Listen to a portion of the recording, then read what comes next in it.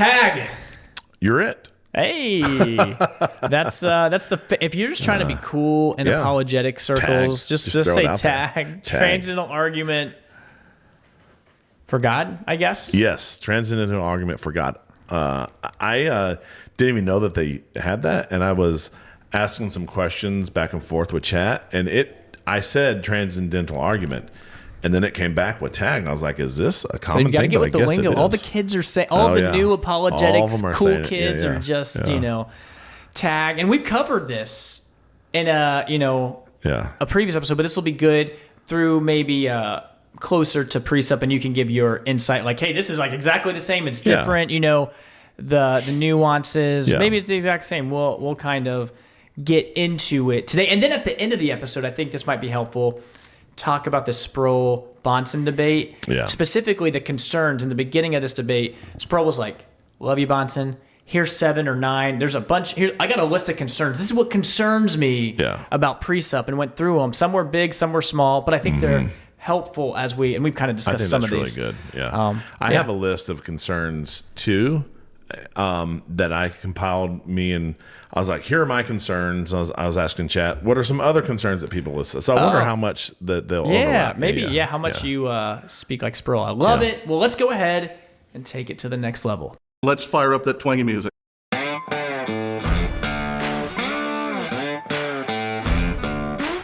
From the hearts of the Low Country in South Carolina, it's the Take Two podcast, where we take theology to the next level. If God does not exist, you cannot prove anything at all. Does that sound like a preceptor? It does. I got to be like on the street preaching and like yelling. Yeah. I think that is basically true. I think that there are other systems, potentially like Platonism, might be able to make a claim that we can ground logic.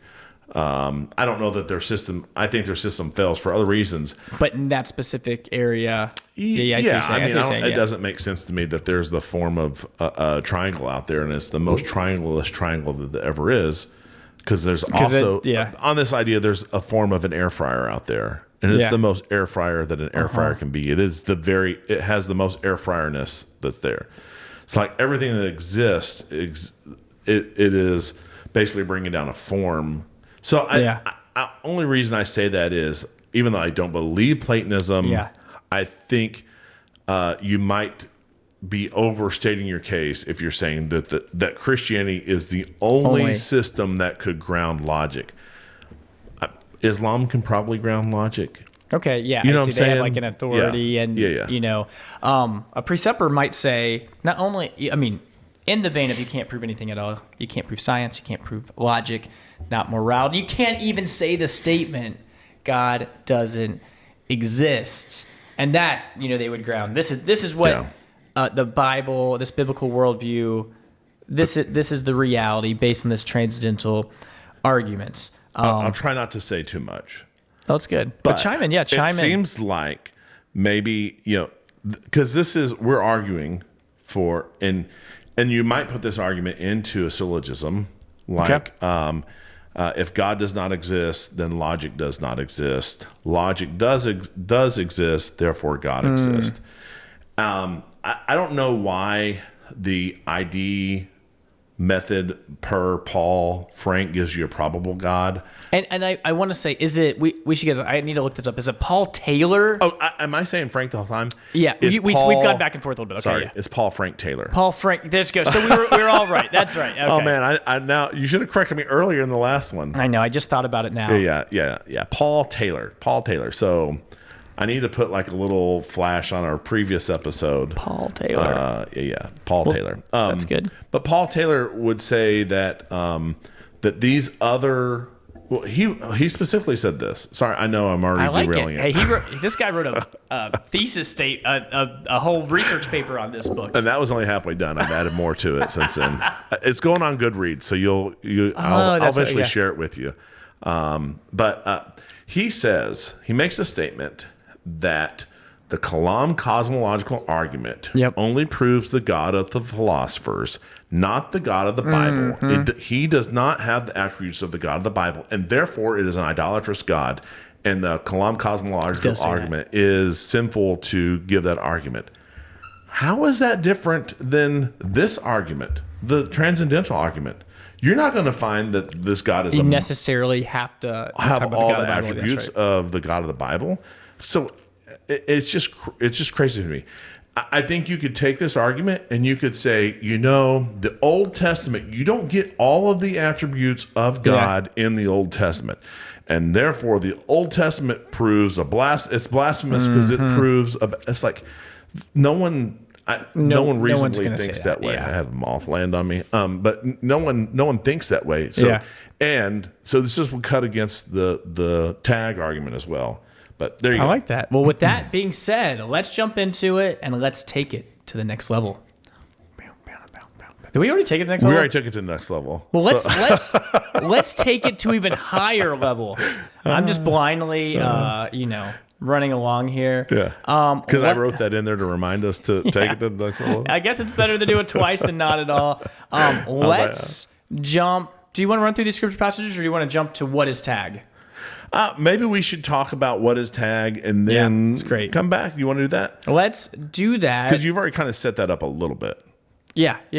So transcendental argument, I think we talked about it. Most of the time it's given in a, let's see if I can remember this, modus tollens or modus ponens. I remember us talking about it now, yeah. Yeah. So I can't remember which one's which. I should. But one of them, the classical argument is P then Q, P, Q.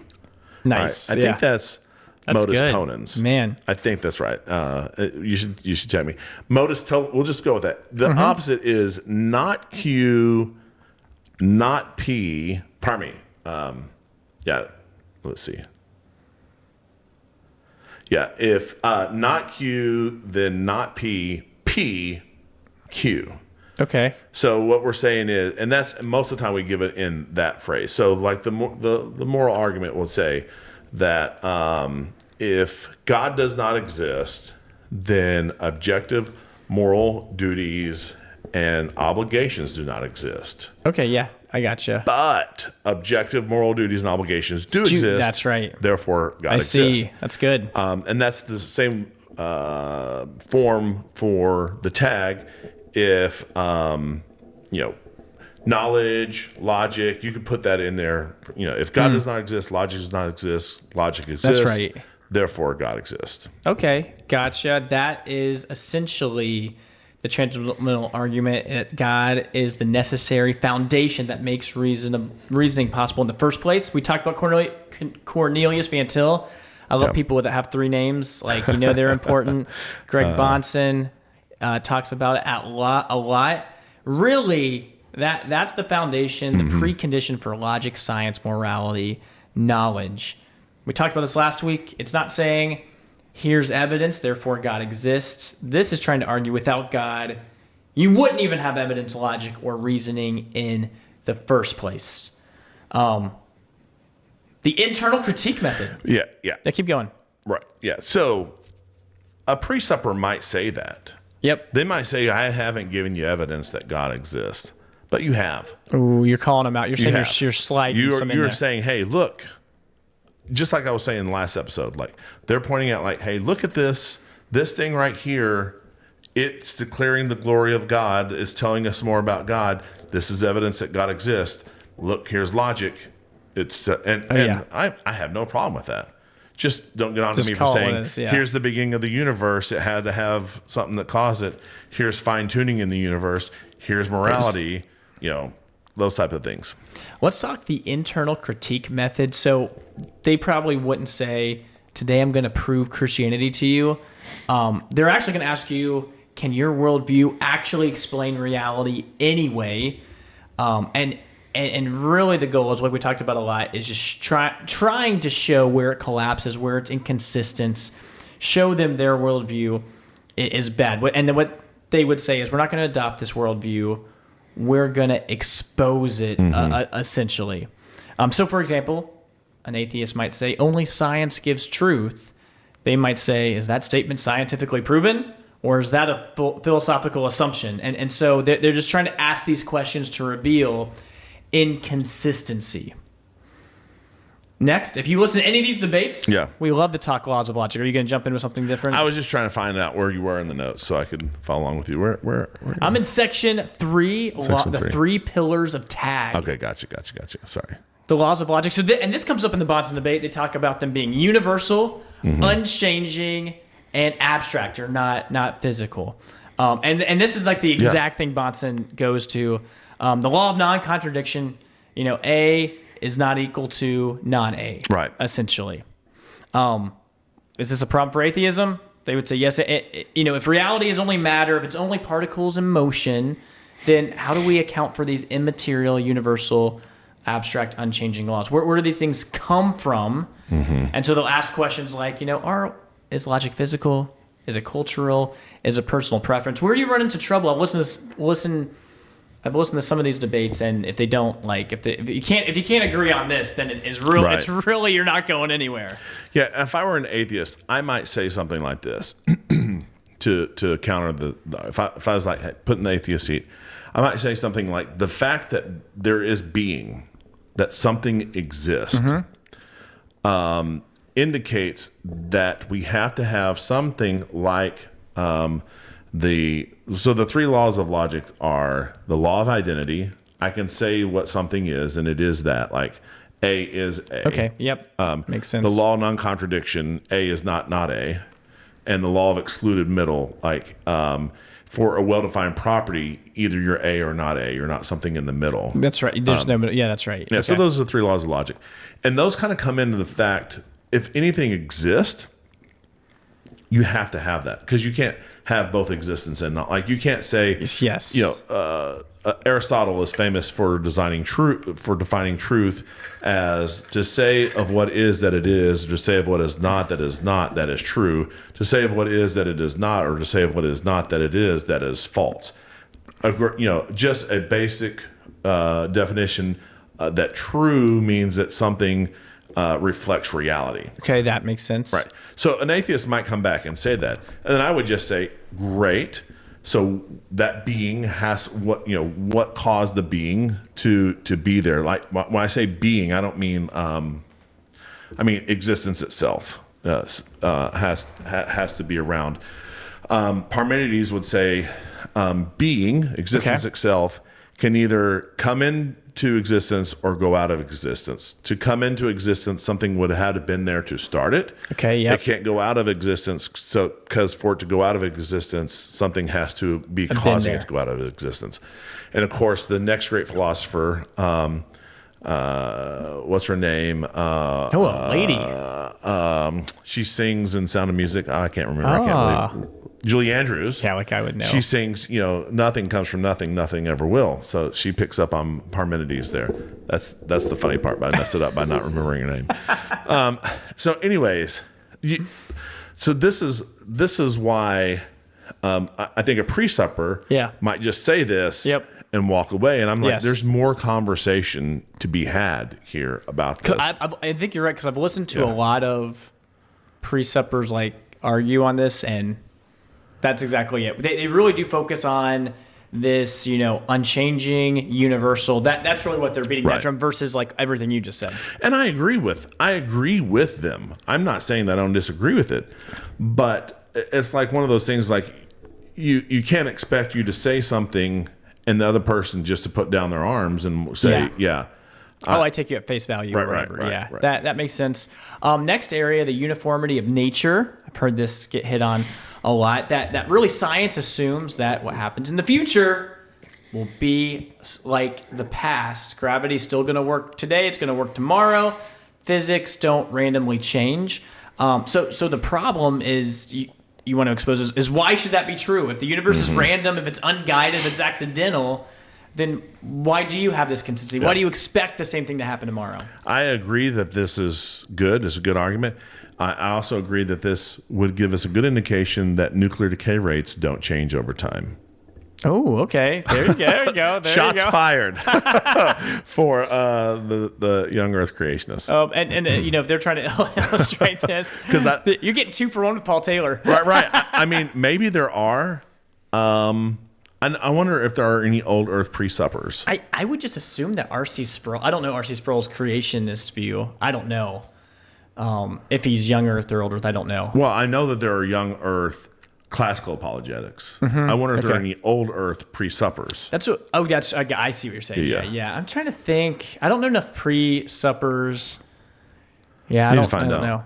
Because I think the pre-suppers I know. Yeah. They tend to have they're young Earth, Presup, and Calvinists. That all those they three all things go together. Yeah. I think you might be right. And so on this science point, you wouldn't expect to wake up tomorrow and gravity's reversing, or fire's freezing, or time runs backwards. Everyone would say that's absurd. You should be like, why is that so absurd? Like, why is there even consistency? Their answer is God is faithful. He's consistent. He sustains his creation in an orderly way. But you atheists, you really have no grounds for this. Right.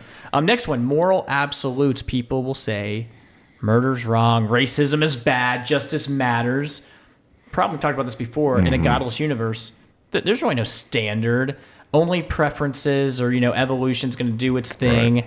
Right. So really, at the end of the day, is morality objective? Is it binding on all people, or is it subjective, just a matter of opinion? If it is objective, the classic question, by what standard? You got to have a standard you're appealing to. The Christian would say God's character. It's not arbitrary. It's rooted in who God is.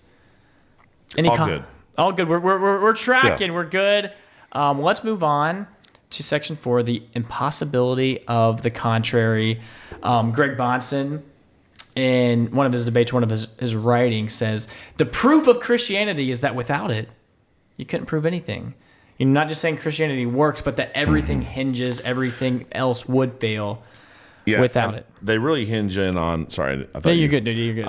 R.C. Sproul famously said that not only do I see the sun, but by the sun I see everything through it. And I think this is what they're saying. And again, I think that you could probably ground logic in a couple of other systems. I don't think those systems are good for other reasons. So you might, if you're giving this argument that Christianity ground, because we're changing words here. Because above it was like God's existence. Now we're going straight to a particular version of God's existence. And I don't know that you can make that leap just from logic alone. That's why we would say give good evidence that the Bible is trustworthy, that all those things, Christ, risen from the grave. If a guy says he's going to die and comes back to life, and then he does that, he's someone you should listen to, right? Yeah, that would be a good place to start. So to recap some of these arguments, if an atheist says there's no truth, Presupper might say, is that statement true? If an atheist say, hey, my worldview, atheism is based on science, you might say, why even trust science in a random universe? Lastly, an atheist might say morality is subjective. Presupper would respond, so you're saying genocide's not objectively wrong. You think the Holocaust was good. Right. Yeah, and these are the exact same things. Those types of things I think a classical apologist does all day long.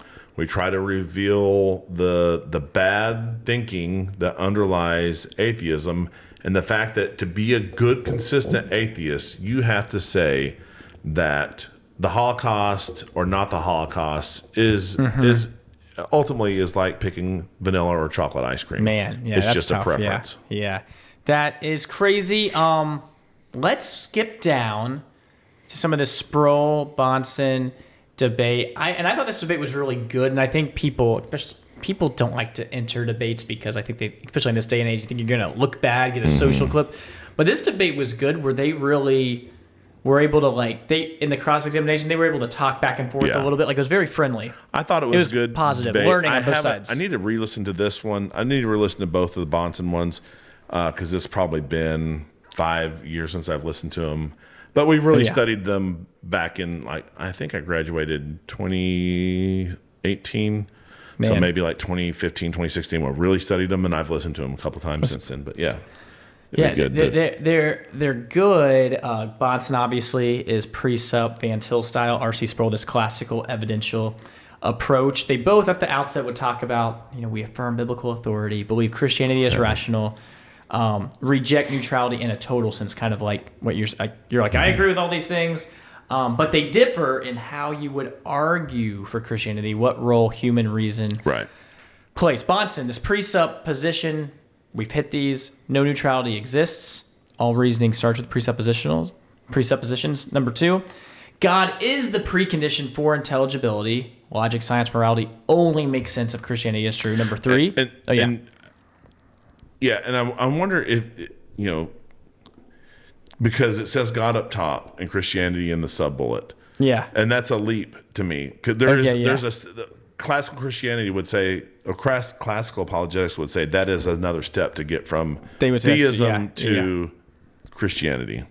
So you're just noticing, because that's been a few of these here. Yeah. Number 3, they would use that tag, Transcendental Argument for God, to show that these other non-Christian worldviews collapse internally, and then they would reject autonomous human reason, that your reason must be submitted to God's revelation, because you could be on the wrong, if you're not, you'll be on the wrong track. So Sproul, his core point, he made the argument that there is this form of functional neutrality. Right. Maybe there's not moral neutrality, aka Romans 1, but you can have a thought experiment. You can have this rational common grounds. If you couldn't, how could you talk to with anyone? You can't. Yeah.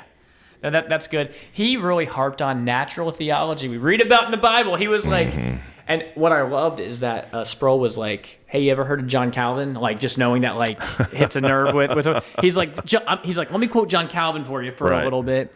And he like had his like quotes, his citations ready, because I was like, where is that? Trying to look at that where Romans 1 supports the arguments from creation.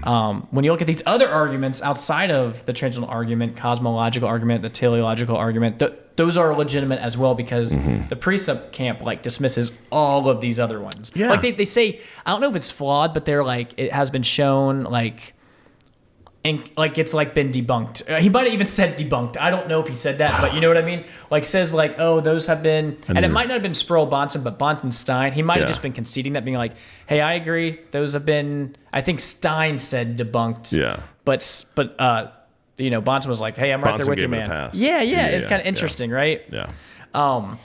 Sproul says using evidence and reason to point to God is good. That Christianity is not just presupposed, but you can demonstrate it. You can look out and see it. And unbelievers can also reason truly, maybe not perfectly, because they're made in God's image. That counts for something. Right. It seems like presuppers want to take like little slices here, but then take the other slice there. Like, you know what I'm saying? Yeah, I see what you're saying. Yeah, they're not consistent in what they're doing. I was just going to read,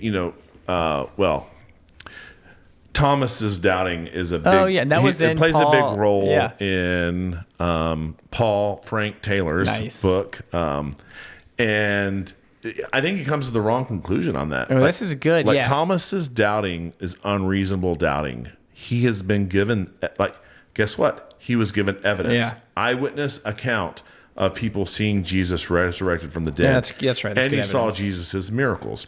And when he is confronted with Jesus, the person, I don't even know that he actually does. Like Jesus says, here's my hands, here's my side. And he just falls down on his feet and he says, my Lord, my God. The very next verse, John says, many more things Jesus has done, and we couldn't contain the count of them, but these have been written so that you may believe, right? Yeah. John's given evidence, right? Yeah. Now, I think a presupper would say, well, he's given evidence that, I don't know, that Jesus is true, but you never give evidence that God exists. Oh, that's interesting. Yeah. If they would make that like hyper the distinction between those. Yeah. But I just say that to say like the whole Bible is evidence. Jesus, when that's a form of evidence. That's good. Yeah. When the paralytic man is brought down. Yeah.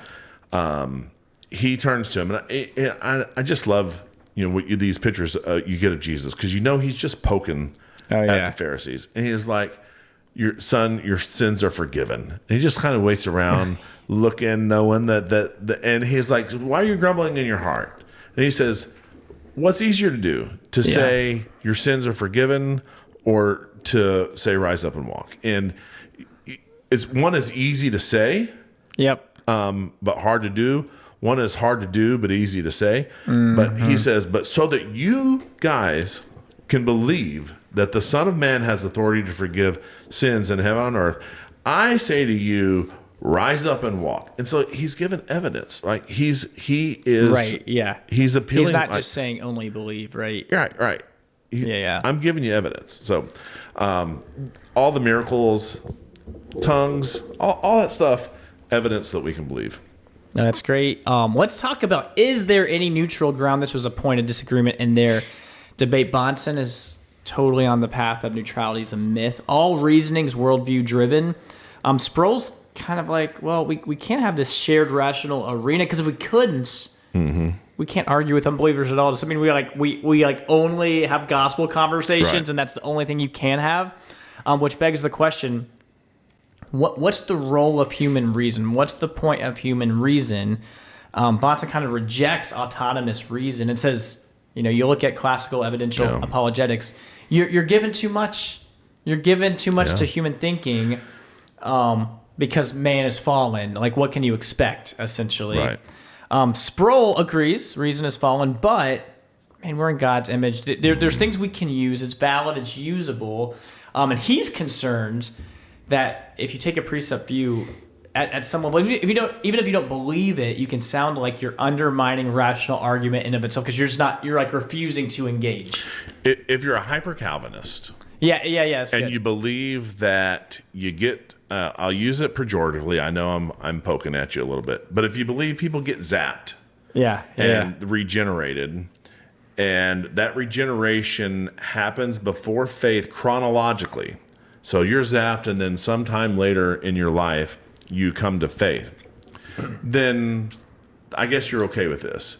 Because when you're given the gospel, you are reasoning with people, and you are asking them to make a judgment about their sin, their guilt, who Christ is. You cannot get around reasoning with people. And I guess if you're a hyper-Calvinist, you don't have to give the gospel anyways. Right? That's right. You don't have to. You don't have to evangelize. But for us, the correct, normal Calvinists who believe that God works sovereignly through both, He works through means to accomplish His sovereign end, then you are going to be reasoning with someone. So I think this just cuts too far. Like, they say it and they think they're saying something good, but it's not. If what they're saying is true, then you can't give the gospel out, because you're asking people to reason. Another point of disagreement, can you prove God or do you presuppose God? Bahnsen would say God must be presupposed. That's the foundation. Sproul would say you can't argue for God's existence. Evidence, logic point to it. And underneath that, Sproul was concerned that a precept, it can really just sound like we assume God. We don't argue for Him. We just assume Him. We're not going to say anything. And he wanted some of these arguments, like we've talked about in previous episode, to be accessible to unbelievers. And if you're just not going to talk about these, it's like they're just not there. You know what I mean? Yeah, it's hard for me to go from 3 to 4. We don't prove God. We presuppose Him. The transcendental argument for God is the ultimate proof that God exists. Yeah.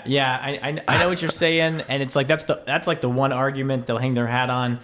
Sproul likes, like you, the transcendental argument, but he does question, sometimes he's basically saying there's other arguments you can use, Yeah, and I think what Sproul points out here is the fact that when we're talking like this, you use the transcendental argument to try to say that people know God exists. Mm-hmm. But in practice, when you use it, you are saying that therefore God does exist, not therefore God exists, and those are different statements. And that kind of leads to this main concerns that your arguments can sound very circular. Yeah, you must believe in God to prove God, and it can feel like question begging. It can be unpersuasive. No one likes. Same thing with Paul Frank Taylor's book. He would say all of the evidence looks like it points to evolution when you're an evolutionist. Okay. I guess it's okay to be an evolutionist because they don't see anything wrong with the evidence, right? There you go. Sproul was also concerned that your natural revelation is there. You're totally downplaying it. Even though you affirm Romans 1 presuppers, you're not utilizing these natural theology arguments. And there's missed opportunities everywhere you look. There is a reason you're able to reason from creation to creator. That's a big part of natural revelation. He's also concerned that it makes Christians seem anti-intellectual. If misunderstood, it can be like evidence doesn't matter, reason doesn't work, and it's like, we don't want to be like in that camp. Yeah, Ken Ham specifically said, I am no longer going to provide evidence that creation is true. I'm just going to try to shotgun your worldview, your presuppositions. I'm going to say that your presuppositions are bad, and if you start with the right presuppositions, then you'll end up the right spot. Is that super helpful? That's not helpful. And it leads to something that Sproul really was concerned about. It risks miscommunication and evangelism, that you can make it inaccessible. You can like shut down conversations that could be, you're not throwing out any seed. You're just like boom, boom, boom. Yes, sir. Yeah. Harold Camping, people would try to rile him up. They'd call up and say, "Hey, what must I do to be saved?" And he would say, "I can't tell you what to do to be saved. That's a sovereign work of God in your heart." I think he's being consistent with his hyper-Calvinism. So if you're a hyper-Calvinist, then it doesn't really matter if you're miscommunicating the evangelism or not. You don't have to be winsome, which at the end of his book, Paul Frank Taylor's book, he talks about being winsome. Why do you have to be winsome? If God is going to just without means save people, you don't have to worry about this. But if you're not a hyper-Calvinist, then all these things do matter. You do want to clearly communicate the gospel. Not that I do think God is sovereign in who's going to believe. So I don't think that I'm going to stop someone from entering the kingdom. But man, I could be a stumbling block to them from entering the kingdom, right? And cause more heartache, and not be a good, faithful servant to Christ if I'm not clearly communicating. So. No, I think all of that is good, and really, I think that's where a good place to end. Yeah, talked a lot of precept, got it out there. I think we did a good job of articulating what they believe. I think most preceptors, maybe they don't appreciate all the pushback, but I think I'm saying buzzwords that I mean, and I'm not the expert, but man, all the videos I'm watching, it's like they're saying these exact kind of things. Yeah, and at least when I bought the book, it was on sale for like $2.50. So you can get Only Believe at least a couple weeks ago for like two and a half bucks. So perhaps it's still on sale. You can get it on Audible. Listen to it. It's not a long read. It's like 4 hours, 4.5 like that. Hours. And really the goal is some people might say Bahnsen is inaccessible. Yeah. It's really there to be like, hey, here's like an on-ramp, or, really understand. Because sometimes you can read Bahnsen and be like, or Van Til and be like, I don't know what you're talking about. Right. Well, it's like, I don't know, like Hegel comes along after Kant in philosophy. Okay, And like there's different types of Hegelians after him. Like there's like two different camps, and Karl Marx is in one of those camps. And because they just disagree on what he was saying. And I think from what I understand, there's two different Van Til camps too. Like they're like that makes that's sense, not what Van Til meant. Yes, it is. To be fair, I've not read a Van Til book. I've not read a Bahnsen book. I've listened to Bahnsen. I don't know if we have any recordings of Van Til. It seems like we did play a recording of Van Til in that class, but I could be wrong. That was a long time ago. That's great. Even listening to like these old debates, which I think the Bahnsen Stein one's like from like 1985 or something. It's not that old, but it's like the audio and stuff. Like it sounds really old. And it's not that old, but I'm like, what? I was like, what year was this? Why were y'all not thinking ahead and trying to preserve this for posterity? Like get a good digital camera there with like 4K. What are we doing here? It's like, that's only 1985. That's like not that long ago. It just seems like it's a long time it's ago. Like it is. It's 40 years ago. You see these things where you're like, we're closer to Oh, 1970, it's like we're farther away from that than this. We're like, oh, time is like does not slow down. I know, it's crazy. It is crazy. Man, well, good. I think this is a great time to transition. Some of us were born in the late 1900s. I know, that's insane. Yeah, that's very true. Well, let's get to our final take here. Oh yeah. You heard about Jaden Ivey? I heard about it. Yeah. Yeah. I didn't really look into all the details, but from what I heard, it seemed like not a great situation. The way it was painted to me, or what I read, was like this guy's he tweeted something. I don't remember what he said, and then he was like released by the Bulls. Yeah, and it was like, I don't know how good of a basketball player he is. Like, is he good enough that he shouldn't have been released, or is he like so and like we don't need the controversy? I don't know. I don't follow the Eastern. I mean, I don't follow basketball close as I used to. He was good. He was a lottery pick. He posted a video on Instagram Live criticizing the NBA's support of the LGBTQ community and Pride Month, labeling it as unrighteous. Interesting. It was a 42-minute video. He discussed his religious beliefs and claimed God did not create man to be with man or a woman to be with a woman. The Bulls, who had just acquired Ivey from Detroit in February, cited conduct detrimental to the team for his release. So they just traded for him and released him. Yeah, he's one of those guys. He was supposed to be good. Like, I think he was a high lottery pick, like 4 or 5 or 7 overall. And I think he was fine. He wasn't he wasn't great, but I think he has some athletic ability if you're picked that high. Yeah. So I don't follow him too closely, but I feel like that's the one topic you like don't talk about. Oh yeah, you can't. John Morant like has Instagram videos multiple of him like holding a gun. You get suspended for a few games, you're back, but it's like kind of crazy that's like, that's not tolerated by the NBA, but by comparison, it is like. It is kind of insane. It's like multiple times he has a gun out. It's like, what are we doing? Yeah, it's crazy. So Travion Henderson, man, I like this guy despite him being from Ohio State. Oh man, that's tough to get over, but yeah, it is tough. And he's a Patriot. That's 2 strikes, man. That is very tough. But man, just a believer. I think I've talked about him before. Yeah, you have. I think. Like he had this video out about like, hey, I was in sexual sin and couldn't keep going, and I had to tell my girlfriend at the time, who now is his wife, like, we can't keep doing this. Like, I gotta. And anyone who's going to be like that vulnerable in a society that would say that's crazy, like, I think he's the real deal.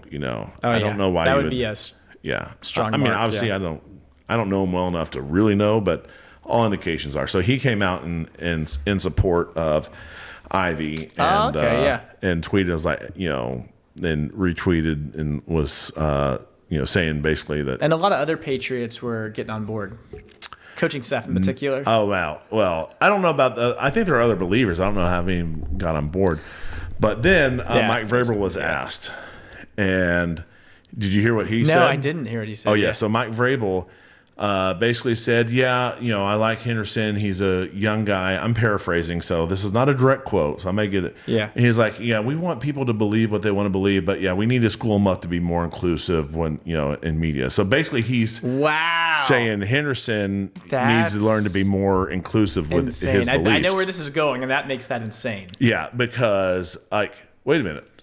Are you inclusive of Henderson's beliefs? Like, there's probably been a lot for me to get ticked off at the Patriots that I haven't, but like this really has put a sour taste in my mouth over Vrabel. Like, it's like, but nothing else happened with Vrabel, which is good. It just stopped there, right? So 2 days later, I think it was like literally 2 days later. Timing's bad incredible. Timing. Wow. He gets caught with a picture holding hands with some other married woman, and he's a married guy. Man, the pictures are incriminating. It's like God putting a spotlight on immorality. Like, you're gonna call out this guy, and this is what you're doing. Like that's crazy. Yeah. So, what have the Patriots said anything at this point? Vrabel released a statement. He said he wanted to talk to the team. He said, I had a long talk. This woman was random, team. or was she affiliated with the team or anything? I don't know. Why don't you look that up?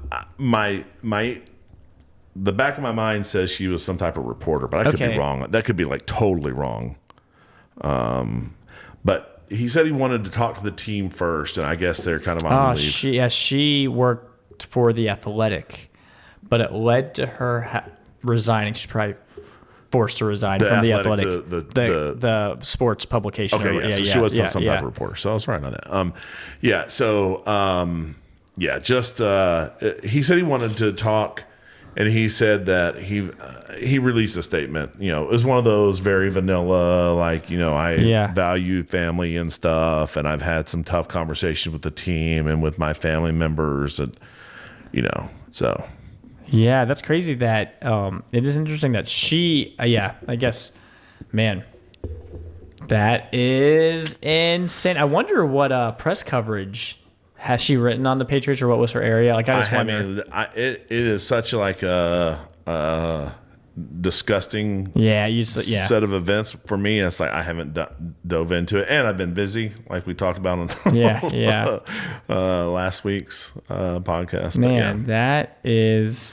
And the crazy thing, I think this is going to be like second week of May when this hits. So we're really going to be removed when this airs, because we're trying to get a little bit ahead for the summer. But yeah, I really wonder do you know what the not blowback, but the response has been? Are people like, most people like, man, hypocrite, inconsistent? Are they like, hey, people just have different views, like it's fine? Like, are people like, no big deal? I on the Patriots link that I saw where he posted his views, the comments were, "We still love you, coach. Just keep coaching well." It's just the same. It's like the same thing from, It seems like the whole culture's that way. It's so funny. I was at a work meeting last week. Like, we had a bunch of, like, my boss came to town, and she like manages South Carolina now, but she also manages like our New England footprint, and it just is like so different in New England. Like, she was like telling a story about, like, we were talking about like dress code, like, oh, what are people, to work, what are we allowed to wear? And she was like, can you believe it? Like, we allow people to wear like whatever they want as long as they look professional. Like, we don't have strict rules. We used to have strict rules, like khakis and or like, right. Now you can wear scrubs as long as it looks nice. T-shirt. And she's like, well, we had someone, they wore a T-shirt that said like God's got this or something, and they're like, boy, it was like the worst thing in the world. And we were all kind of like there were like so many patient complaints, everyone was calling, and it was huge things, like everywhere she went for patients, terrible. I was like, if you wear that here, like, you get like brownie points, like right. That's good, it's like a whole different whole different thing, crazy. Because even if you don't, like, if you can probably find a few here. But the average person, even if they're not religious, if you said something like, hey, can I pray for you? Or they'd be like, sure, you can pray for me. I don't care. Like, they're not going to be offended at it. Like, not at all. Because there's still at least, enough in the culture that, it is crazy. Like, and they kept talking about things. It's like, we would like never, and it's like, hey, like, it's so funny, like, for these, you walk around the different assisted livings. I've been at places and they're like, hey, Zach, you go to church, pray for our lunch or whatever, or you know what I mean? It's like, it's like a thing that, like, and it's like older people too, where it's like, we pray for everything and all of these things too. Where they, like, she was like, I cannot believe it'd be like, and you could even pray. It's so generic too. It's not so even, generic. It's like, I know. I wonder, she should wear a shirt that says Allah's got this and see what happens. Social experiment. Yeah. Yes. What's your take on this? Allah?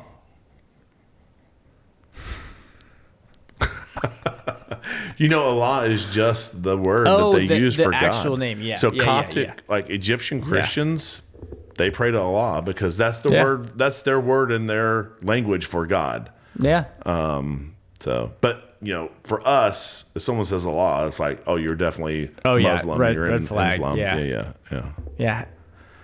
I don't. Yeah, I've had. So could you as a Christian wear a shirt that says Allah's got this and be okay, or do you think Yeah, I probably would not. I probably would have to like fully commit to like whatever language, and just like have it like straight one way. I wouldn't love it for me. Yeah.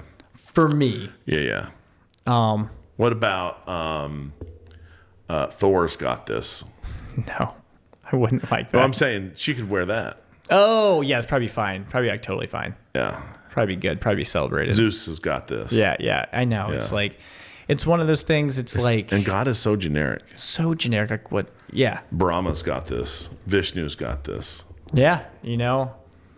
it was just like it was one of those things like, wow, it is like a different, where that was like a huge like HR bio, like it went all the way up the chain. It was like a big deal. And it's like down here, like not just way different, Yeah.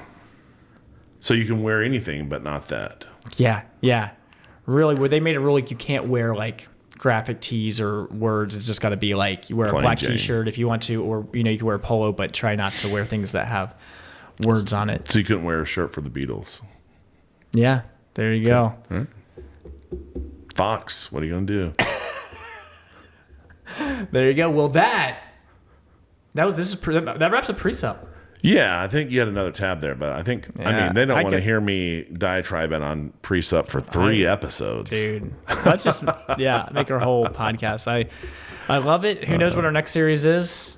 So I think you do know what maybe one, I don't know if it comes after this or comes on the other days. Yeah, I think it'll come after this. Yeah, I think I'm going to do just a short one on spiritual warfare. It's good. I don't know what I was listening to, but I was like, we need to do a podcast on spiritual warfare. And this is like when we were deep in the middle of cults. And it's so funny to me because starting with the Catholic one, the Mary and Prayer to the Saints, we're like, this is probably our last one. And then we do one on Eastern Orthodox, and we're like, it's probably our last one. We just are glutton for punishment. Yeah. No, I think it was even worse because we did the one on authority. We said with our next one's going to be the last one, and then we did the one on authority. And we're like, yeah, this is probably the last one, and then Eastern Orthodox probably the last one, and then Amish. But at the point in time we did the Amish, we knew we were doing Jude too, so we didn't say last, but yeah. So I keep, because we were so far ahead, I'm listening to them as they come out. And I'm like, oh, no, this is not going to be the last one. Man, I love it. Yeah, there you go. We should that should just been a bit. It just like went indefinitely. It's like the preacher is like, I'm my final point. I'm wrapping up, and finally. The fake out. Man. Yeah. Love it. Well, there you go. It's almost midnight. It's not really almost midnight, but it's close enough for me. Yeah. That's our take. Thanks for listening to Take 2. Find us wherever you find podcasts and on YouTube for those who want to watch our videocast.